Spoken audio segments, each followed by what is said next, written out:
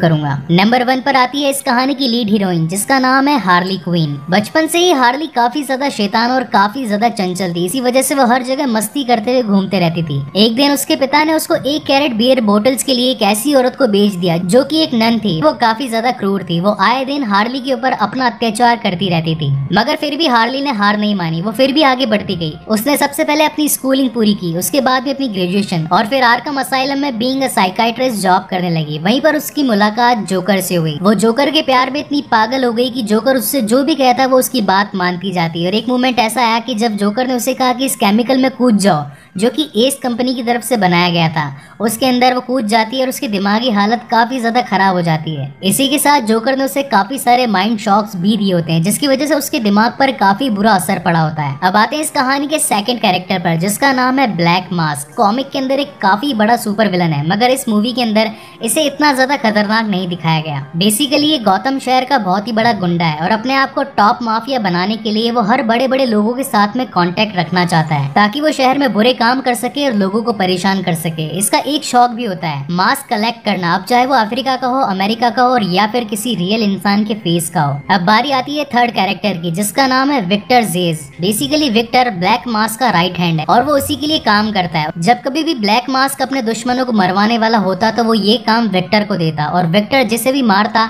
उसके बाद में अपने सीने पर उसका एक निशान लगा लेता। बारी आती है फोर्थ कैरेक्टर की, जिसका नाम है black canary. Basically black canary के पास में है सुपर वॉइस सोनिक की पावर। अगर ये अपने गुस्से से तेज चिल्लाए तो इसके चिल्लाने पर एक सोनिक वेव क्रिएट होती है, जिससे कि वो किसी को भी दूर पटक सकती है। इस कहानी में दिखाया गया है कि ब्लैक कैनरी एक सिंगर होती है, जो कि ब्लैक मास्क के ही एक क्लब के अंदर सिंगिंग का काम किया करती है। बात करते हैं पांचवी मेन कैरेक्टर की, जिसका नाम है हेलेना ब्रेटनेली। हेलेना ब्रेटनेली उस परिवार की सदस्य है जो कि गौथम के सबसे अमीर परिवार यानी कि ब्रेटनेली परिवार है। इनके पास में इतना पैसा है कि ये दुनिया के सबसे अमीर इंसानों में गिने जाते हैं, मगर कुछ गुंडे ब्रेटनेली परिवार के पीछे पड़े होते हैं। वो चाहते थे कि वो उन सभी का पैसा वहां से चुरा कर भाग जाए और उन सभी को जान से मार दे, ताकि वो सबसे अमीर बन जाए, जिनमें शामिल थे डांटे और उसके 3 साथी। एक दिन जब हेलेना अपने घर पर जा रही होती है तो उसे पता चलता है कि उसके परिवार को गुंडों ने पकड़ रखा है, और वो गुंडे उनके परिवार से पूछताछ कर रहे हैं कि हमें तुम्हारे खजाने का पता बता दो, वरना हम तुम सभी को जान से मार देंगे। हेलेना उस टाइम पर एक बच्ची होती है, इसलिए वो कुछ कर नहीं पाती, और उसी मोमेंट पर डांटे के लोग उन सभी को गोली से मार देते हैं। मगर हेलेना एक सोफे के नीचे छिप जाने की वजह से बच जाती है, और तभी उनमें से एक गुंडे की नजर हेलेना पर पड़ती है, मगर उसका दिल पसीज जाता है। वो सोचता है कि इसका पूरा परिवार तो खत्म हो गया है, अब इसे जान से मारकर क्या मिलेगा, इसलिए वो उसे अपने साथ में मिला लेता है और वो इसे अपने एक पुराने घर पर भेज देता है, जहाँ पर उस गुंडे के पिता और उसके बड़े भाई उसे लड़ने की ट्रेनिंग देते हैं और साथ ही उसे एक अच्छा स्किल फाइटर भी बना देते हैं। अब बात करते हैं इस कहानी की 6th कैरेक्टर की, जिसका नाम है रैनी मोंटेया। बेसिकली रैनी एक पुलिस वाली होती है, जिसका काम होता है क्रिमिनल केसेस पर इन्वेस्टिगेशन करना। इस कहानी की 7वीं मेन कैरेक्टर का नाम है कैसेंड्रा केन, जो कि बेसिकली एक छोटी सी बच्ची होती है। साथ ही गौतम शहर की एक चिंदी चोर भी होती है, इसे जहाँ मौका मिले वहाँ पर चोरी कर डालती है। कैसेंड्रा ने आज तक गौतम शहर में कई लोगों को लूटा, उन सभी की कीमती चीजें भी चुराई, और अब उसने एक ऐसा हीरा चुरा लिया है जिसके पीछे ब्लैक मास्क पड़ा है। और इस कहानी का लास्ट और आखिरी मेन कैरेक्टर है पैट्रिक एरिक्सन, जो कि पुलिस वाला है, जिसके ऊपर गौतम शहर की पूरी जिम्मेदारी है। सो आई होप कि इन सभी इन्फॉर्मेशन के बाद में अब आपके माइंड में एक स्टोरी बिल्डअप हो गई होगी इन सभी कैरेक्टर्स के साथ में। तो चलिए आते हैं इस कहानी की मेन स्टोरी लाइन पर। इस कहानी की शुरुआत वहीं से होती है जहाँ पर सुसाइड स्क्वाड की एंडिंग हुई थी, जहाँ में दिखाया गया था कि जोकर ने हार्ली क्वीन को उस जेल से छुड़वा लिया था जहाँ पर हार्ली क्वीन कभी एक कैदी बनकर रहा करती थी। उसके बाद में हार्ली और जोकर का प्यार परवान पर था, दोनों ही एक दूसरे के साथ में काफी खुश थे, मगर जोकर को हार्ली इरिटेट करने लगी थी, इसलिए वो अब उससे अपना पीछा छुड़वाना चाहता था। और एक दिन ऐसा आया जब जोकर ने हार्ली के साथ में अपना ब्रेकअप कर दिया। इस बात से हार्ली बिल्कुल टूट सी जाती है, वो बस अपने घर में पड़े रहती है, खाते पीते रहती है, और साथ ही अब उसने एक जानवर को पालने का भी डिसाइड किया होता है, इसीलिए वो एक शेल्टर में पहुंच जाती है, जहाँ पर वो एक हाइना को अपना पेट बना लेती है, और साथ ही उसका नाम रखती है ब्रूस, क्योंकि ब्रूस वेन ही था जिसने कि उसे जेल में पहुंचाया था। और साथ ही वो एक अच्छी स्केट फाइटर भी होती है। इसके बारे में हमें इस कहानी के एंड में एक बार और दिखाया जाएगा। वहाँ से हार्ली एक क्लब में जाती है, ये वही क्लब होता है जो कि ब्लैक मास्क का होता है। वहाँ पर वो खूब सारी ड्रिंक करती है, और तभी वहाँ पर उसकी ड्रिंक एक इंसान पर गिर जाती है। वो उस पर चिल्लाता है कि क्या तुम्हें दिखाई नहीं देता अंधी बेवड़ी, और तभी उससे गुस्सा आ जाता है और वो उसकी टांगों पर कूद जाती है, जिसकी वजह से उस इंसान की टांगें टूट जाती है। और वह इंसान और कोई नहीं, वो होता है उसी ब्लैक मास्क का ड्राइवर। इस बात से ब्लैक मास्क को काफी ज्यादा गुस्सा आ जाता है और वो हार्ली क्वीन को अपने क्लब से निकलने के लिए कह देता है, और जब वो वहाँ से निकलती है तो उससे भी अब ब्लैक मास्क पर काफी ज्यादा गुस्सा आने लगता है और इसी वजह से अब हार्ली डिसाइड कर लेती है कि वो ब्लैक मास्क को पूरी तरीके से तबाह कर देगी और वो पास ही मौजूद खड़े एक ट्रक को स्टार्ट कर देती है और सामने एक केमिकल फैक्ट्री के अंदर जाने लगती है। वही केमिकल फैक्ट्री होती है जिसके अंदर उसने अपने आप को जोकर के लिए बदला था और साथ ही वही केमिकल फैक्ट्री होती है जिसका मालिक और कोई नहीं बल्कि ब्लैक मास्क ही होता है। ये दोनों ही वजह काफी थी उस फैक्ट्री को उड़ाने के लिए और इसी के साथ में वो उस ट्रक से निकल जाती है और वो ट्रक सीधा जाकर घुस जाता है उस इंडस्ट्री के अंदर, जिसकी वजह से वहाँ पर एक बहुत ही बड़ा धमाका होता है और वहीं से हार्ली अपना एटीट्यूड दिखाते हुए वहाँ से निकल जाती है। अगले दिन जब सुबह सुबह हार्ली उठती है तो उसे काफी ज्यादा भूख लग रही होती है, तो वहीं से वो एक रेस्टोरेंट में पहुंचती है जहाँ पर वो एक ऑमलेट सैंडविच ऑर्डर करती है जिसके अंदर होता है बेकन, ऑमलेट और साथ ही बहुत सारा चीज़। वो उसे लेकर वहाँ से निकल ही रही होती है लेकिन उसके पीछे पड़ जाती है वही पुलिस जिसका नाम होता है रैनी मोंटेया और वो उसे पकड़कर अपना प्रमोशन करवाने के लिए उसे जेल में बंद करवाना चाहती थी।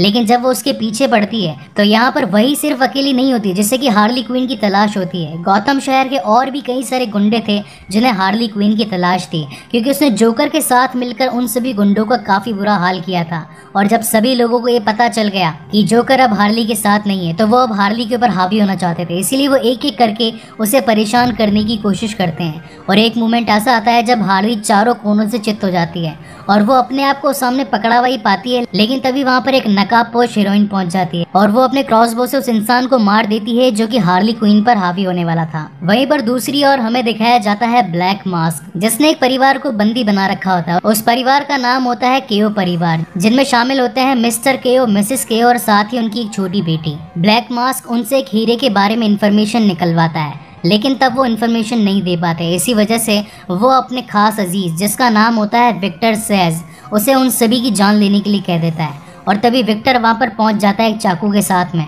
और वो एक एक करके मिस्टर के और मिसिस केओ की चेहरे की चमड़ी फाड़ देता है। और जब वो उसकी बच्ची के पास में उसे मारने के लिए जाता है तो वो बच्ची उसे सब कुछ सच बता देती है और वो कहती है कि थोड़े ही दिनों में कंसाइनमेंट आने वाला है जिसके अंदर वो हीरा भी शामिल है। उसके अंदर वो सारे कोड्स लिखे हैं जो कि ब्रिटनेली परिवार के सारे बैंक अकाउंट्स की डिटेल है। मगर ब्लैक मास्क काफी ज्यादा खूंखार था और सारी इन्फॉर्मेशन मिलने के बाद में वो उसे भी जान से मरवा देता है। अब क्योंकि हार्ली ने ब्लैक मास्क के ड्राइवर की टांगे तोड़ दी थी, इसी वजह से उसे एक नई ड्राइवर की जरूरत थी और तभी ब्लैक मास्क ब्लैक कैनरी को अपना ड्राइवर अपॉइंट करता है और उन दोनों को एक काम देता है। वो कहता है कि आज एक असाइनमेंट आने वाला है, उसके अंदर मेरा एक हीरा आने वाला है, उस हीरे के अंदर बहुत सारे कोड्स लिखे हुए हैं, अगर तुमने वो हीरा मुझ तक पहुंचा दिया तो मैं तुम दोनों को माला माल कर दूंगा।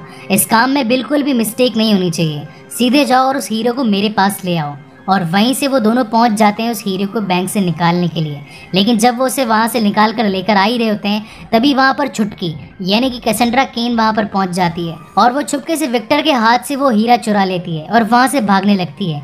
लेकिन पुलिस जो कि गौतम की होती है वो काफ़ी ज़्यादा होशियार होती है, उन्हें पता था कि कैसेंड्रा केन नाम की एक छोटी सी चिंदी चोर है जो कि लोगों की चोरियां कर रही है, उनके पर्स, वॉलेट, चेन, अंगूठियां सब कुछ चुरा रही है। तो उसी मोमेंट पर वहाँ पुलिस पहुँच उसे अपने साथ में ले जाती है।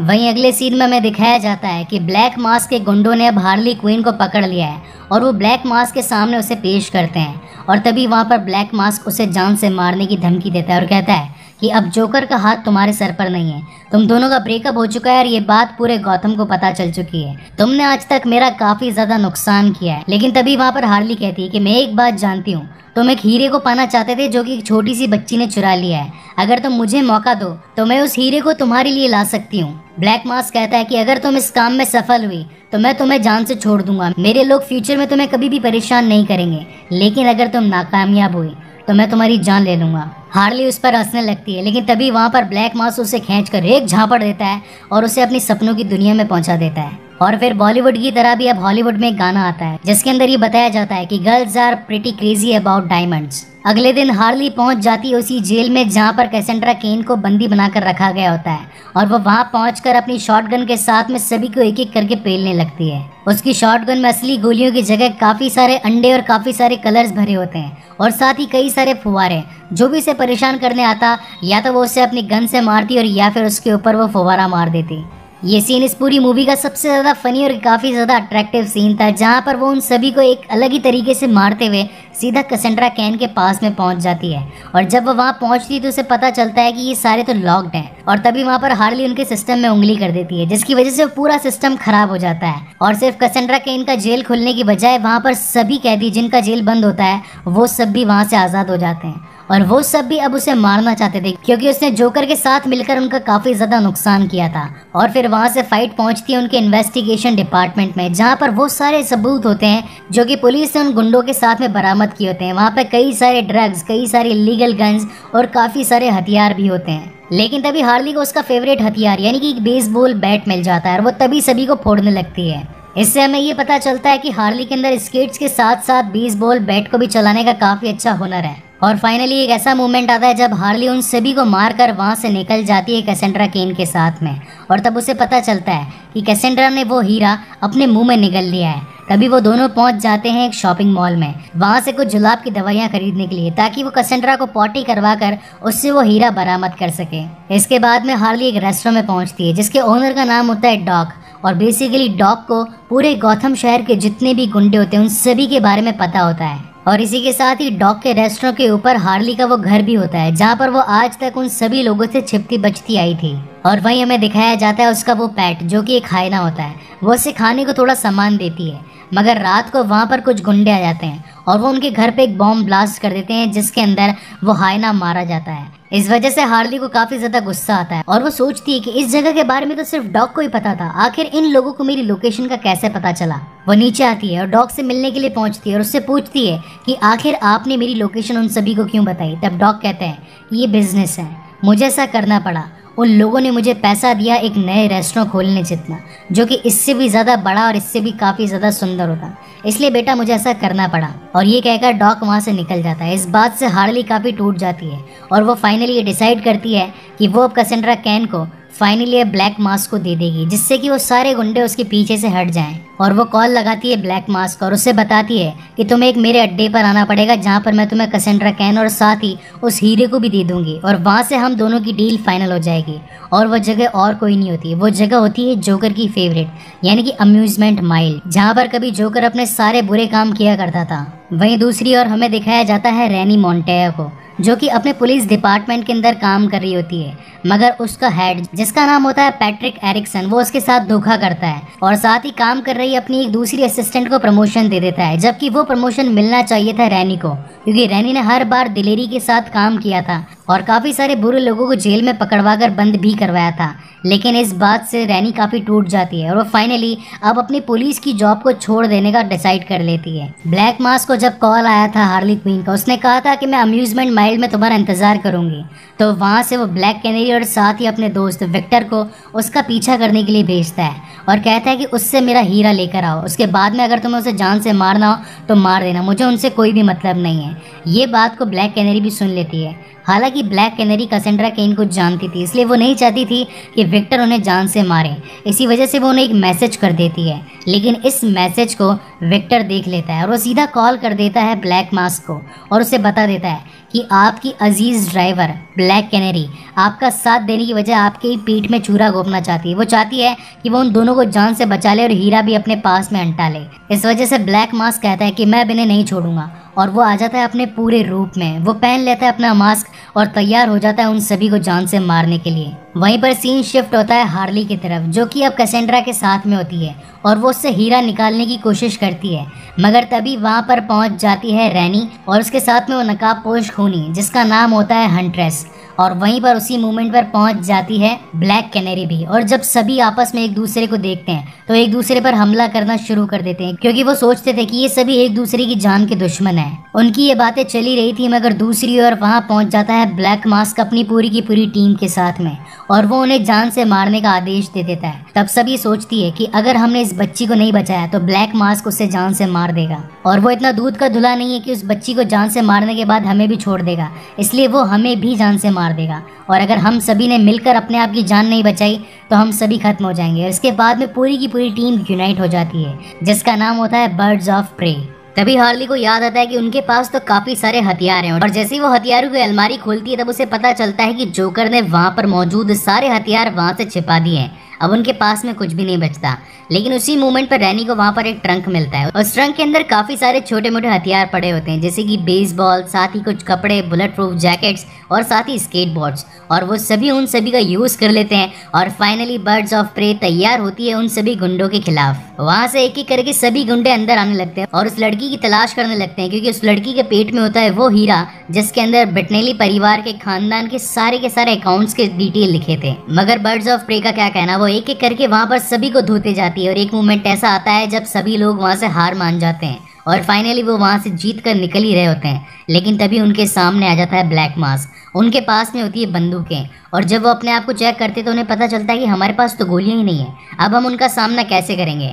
उसके बाद में उन सभी की नज़र पड़ती है ब्लैक कैनरी पर, और उनका विश्वास जीतने के लिए ब्लैक कैनरी काफ़ी ज़ोर से चिल्लाती है और इसकी सोनिक वेव की आवाज़ से वहाँ पर मौजूद सभी गुंडे वहाँ से हट जाते हैं। मगर तब तक ब्लैक मास्क उस छोटी लड़की यानी कि कैसेंड्रा कैन को अपनी कार में बैठाकर वहाँ से भागने लगता है। और फिर आता है इस मूवी का सबसे बेस्ट सीन, जो पर्सनली मेरा फेवरेट है। हमें दिखाया जाता है कि हार्ली क्वीन अपने स्केट्स के साथ में उनकी कार का पीछा करने लगती है, लेकिन उसकी स्पीड इतनी तेज नहीं कि वो उनकी कार का पीछा कर सके, और तभी उसका साथ निभाने के लिए वहाँ पर पहुंच जाती है हंट्रेस, और उसकी बाइक के पीछे लटक कर अब हार्ली क्वीन भी उनकी कार के पीछे बढ़ने लगती है। ये सीन वाकई में इस मूवी का सबसे बेहतरीन सीन था। एक लंबी कार चीजिंग के बाद में फाइनली वो मोमेंट आ ही जाता है जब हार्ली अपने दिमाग का यूज करते हुए इस कार का टक्कर करवा देती है एक दीवार से, जिसकी वजह से वो कार वहीं पर रुक जाती है। लेकिन ब्लैक मास्क भी काफी चालाक था, वो वहाँ पर मौजूद फाउंडर पियर्स के अंदर छुप जाता है। वहाँ पर काफी ज्यादा फॉग होता है, काफी ज्यादा अंधेरा होता है, इसी वजह से वो अपने आप को छिपाने की कोशिश करता है। वहाँ पर कई सारे पुतले मौजूद होते हैं, उसके पास में कैसेंड्रा भी होती है, और तभी वो एक ईवल स्पीच देता है।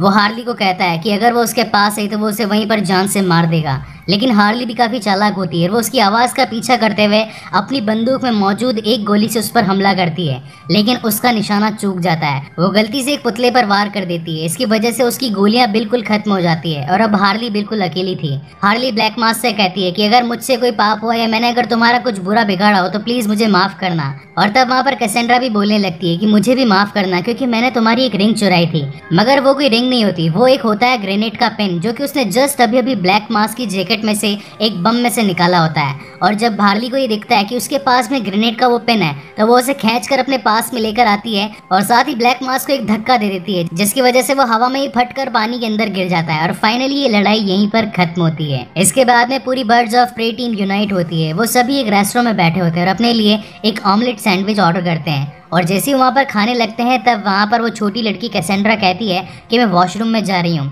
मगर मुझे हार्ली की भी जरूरत है। बाकी सभी लोग अपना ब्रेकफास्ट एंजॉय कर ही रहे होते हैं, लेकिन तभी हमें पता चलता है कि कैसेंड्रा और हार्ली हीरे को लेकर वहाँ से भाग गई है, क्योंकि चोरी और बदमाशी तो उनके रग रग में भरी हुई थी। इस मूवी को एक परफेक्ट एंडिंग देने के लिए अब हार्ली हमें अपनी नरेटर आवाज में ये बताती है कि अब रैनी, ब्लैक कैनरी और साथ ही हंट्रेस अब तीनों साथ में मिल चुकी है, और हमने जो उस हीरे के अंदर से जो कोड्स निकाले थे, हमने पूरी की पूरी वो बैंक डिटेल्स अब बर्टिनेली की आखिरी वारिस यानी कि हेलेना बर्टिनेली को दे दी है। इसकी वजह से अब उनके पास में इतनी फंडिंग हो चुकी है कि उन्होंने अपनी बर्ड्स ऑफ प्रे की टीम को आगे कंटिन्यू करने का डिसाइड कर लिया है। वो तीनों ही अब यूनाइट हो चुकी होती है गौथम के गुंडों से लड़ने के लिए, और वो जो बेशकीमती हीरा होता है जिसके अंदर से सारे कोड्स अब निकल चुके होते हैं, तो फाइनली हार्ली क्वीन उस हीरे को एक डायमंड ज्वेलर के पास में बेच देती है और उससे उसे काफी ज्यादा पैसा भी मिलता है। उस पैसे के साथ में वो एक नई कार खरीदती है और साथ ही अपनी नई जिंदगी की शुरुआत भी करती है, जिसके अंदर अब कैसेंड्रा कैन उसके साथ में होती है। वहीं इस मूवी के पोस्ट क्रेडिट सीन में हमें वो हायना भी दिखाया जाता है जो कि हार्ली ने एक बार खरीदा था, जो कि एक बम के द्वारा फट गया था।